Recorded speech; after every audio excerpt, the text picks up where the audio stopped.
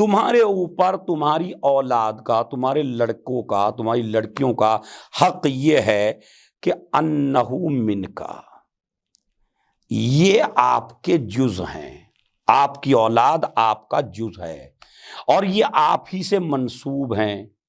اگر دنیا میں یہ اچھا کریں گے تو ماں باپ کو اچھا کہا جائے گا، اگر دنیا میں یہ برا کریں گے تو ماں باپ کو برا کہا جائے گا۔ تو اس کا مطلب ہے امام فرمانا چاہتے ہیں یہ تمہارے اجزاء ہیں، تمہاری طرف منسوب ہیں اور ہر چیز ان کی تمہاری طرف منسوب ہوگی دنیا میں، چاہے یہ اچھا کریں چاہے یہ برا کریں۔ اور آپ کو یہ جو اولاد دی وَأَنَّكَ مَسْئُولٌ، آپ مسئول ہیں۔ امام فرماتے ہیں مسئول کا مطلب کیا ہے؟ آپ جو ہیں وہ ایک امین ہیں، آپ کے پاس امانت رکھی ہے۔ یہ جو اولاد ہے نا عزیزو، یہ اولاد تمہاری ملکیت نہیں ہے، یہ اولاد تمہارے پاس امانت پروردگار ہے، امانت خدا ہے، تمہاری ملکیت نہیں ہے۔ پھر غور سے سن لیجیے، اولاد ملکیت نہیں ہے۔ اگر اولاد ملکیت ہوتی تو قبر میں اولاد کے متعلق سوال نہ کیا جاتا۔ سوال کرنا اس بات کی دلیل ہے کہ یہ امانت خدا ہے، آپ کی ملکیت نہیں ہے۔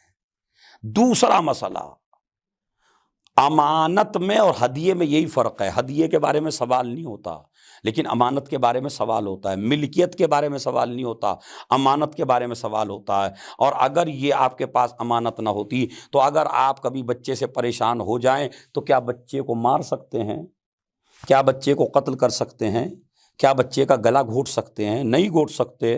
اگر آپ نے اپنے بچے کو مار دیا تو یہ دنیا میں بھی آپ مجرم بنیں گے، شریعت میں بھی آپ مجرم بنیں گے، اس لیے کہ آپ کو باپ بنایا ہے، امین بنایا ہے، مالک نہیں بنایا ہے۔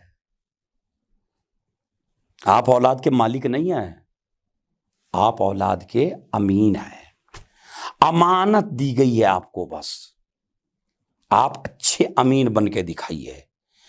اس کے بعد کہتے ہیں تم سے سوال ہوگا اس کے بارے میں، اور پھر ایک عجیب جملہ کہ اس کو آپ کے اوپر ضروری ہے سب سے پہلے بچے کو ادب سکھائیے،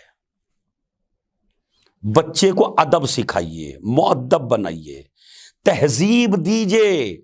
حیوان اور جانور نہ پالیے، اپنے بچوں کو ادب سکھائیے۔ امام فرماتے واجب ہے آپ کے اوپر اپنے بچوں کو ادب سکھانا اور اپنے رب کی طرف رہنمائی کرنا، اپنے پروردگار کے بارے میں بتانا، اپنے خالق کے بارے میں بتانا، اپنے مالک کے بارے میں بتانا۔ کیوں؟ اس لیے کہ اگر یہ بچے اچھا کریں گے تو آپ کو ثواب ملے گا، اگر یہ بچے برا کریں گے تو آپ کو عذاب ملے گا۔